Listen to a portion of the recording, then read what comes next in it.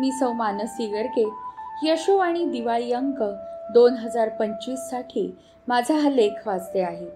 या लेखाचं शीर्षक आहे एक धागा सुखाचा.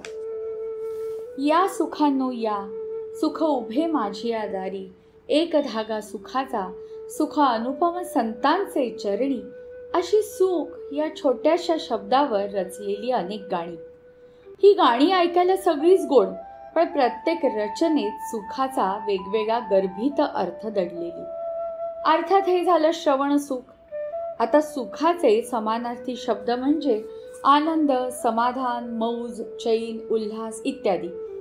मग आपण सुख या शब्दाचा नक्की अर्थ तरी कसा लावायचा? अर्थात प्रत्येक व्यक्तिगणिक या सुखाची व्याख्या वेगवेगळी असते. कुठल्याही गोष्टीत सुख मानणं हेही प्रत्येक व्यक्तीच्या विचार किंवा स्वभावानुसार वेगवेगळं असतं, नाही का?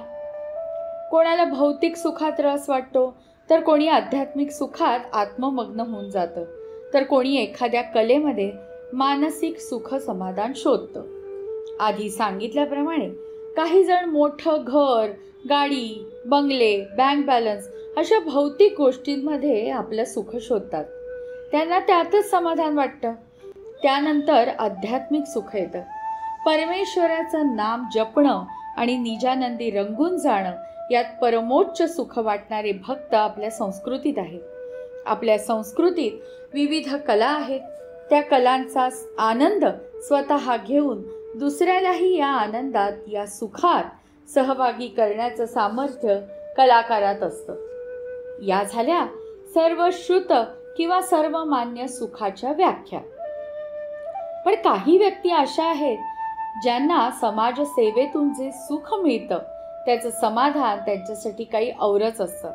त्यात काही उच्च शिक्षित व्यक्ती अर्थात डॉक्टर, शिक्षक इत्यादी आहेतच.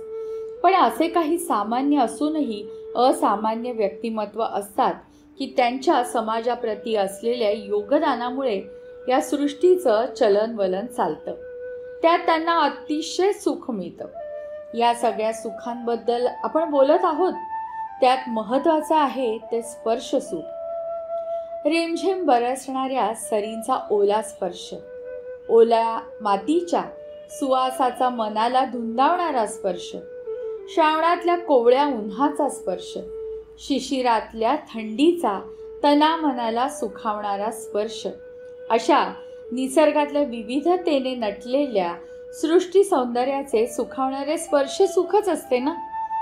आजी आजोबा, आई वडील यांचा मायेचा स्पर्श, आपल्या सुख दुःखात साथ देणारी आपल्या अवतीभोवती असलेली विविध नाती आणि त्यांचा आपल्या मनाला भावणारा आपुलकीचा स्पर्श, आपल्याला कळत नकळत जाणवणाऱ्या परमेश्वराच्या आधाराचा स्पर्श आपल्याला सतत जाणवत असतो.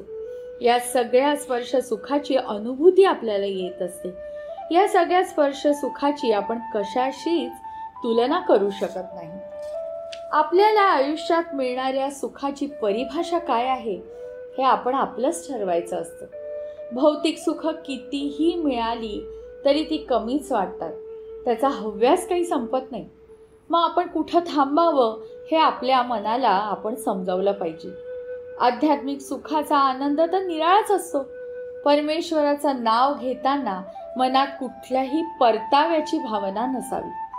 निर्मळ अंतःकरणाने, अहंकार विरहित मनाने नाम घेण्याची मनाला सवय लावून घ्यावी आणि त्याबरोबरच आपण आपल्या प्रपंचाकडेही लक्ष द्यावं. श्री समर्थ रामदास स्वामींनी म्हटल्याप्रमाणे आधी प्रपंच करावा नेटका, मग परमार्थ साधावा, हे सूत्र लक्षात ठेवावं. जेव्हा आपण कला या विषयाकडे वळतो तेव्हा त्या कलेमध्ये आपण स्वतः बुडून जाताना, रममाण होताना दुसऱ्यालाही या सुखाचा निर्मळ आनंद द्यावा.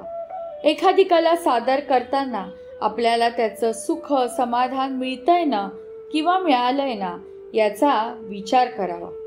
खरं तर जगी सर्व सुखी असा कोण आहे, विचारे मना तुझी शोधून पाहे.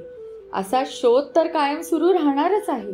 म्हणून आपण आपलं सुख नक्की कशात आहे आणि त्या सुखाने आपल्या मनाचं समाधान नक्की होतंय ना याचा शोध प्रत्येकाने घ्यावा. एक धागा सुखाचा, 100 धागे दुःखाचे, जरतारी हे वस्त्र माणसा तुझ्या आयुष्याचे. विणकर रूपी परमेश्वरानं आपल्या आयुष्याचं जरतारी वस्त्र विणलं आहे. त्यावर सुख दुःखाचे किती धागे आहेत हे आपल्याला माहीत नाही, पण त्यावर समाधानाचं, आनंदाचं नक्षीकाम करणं मात्र माणसाच्या स्वतःच्या हातात असतं.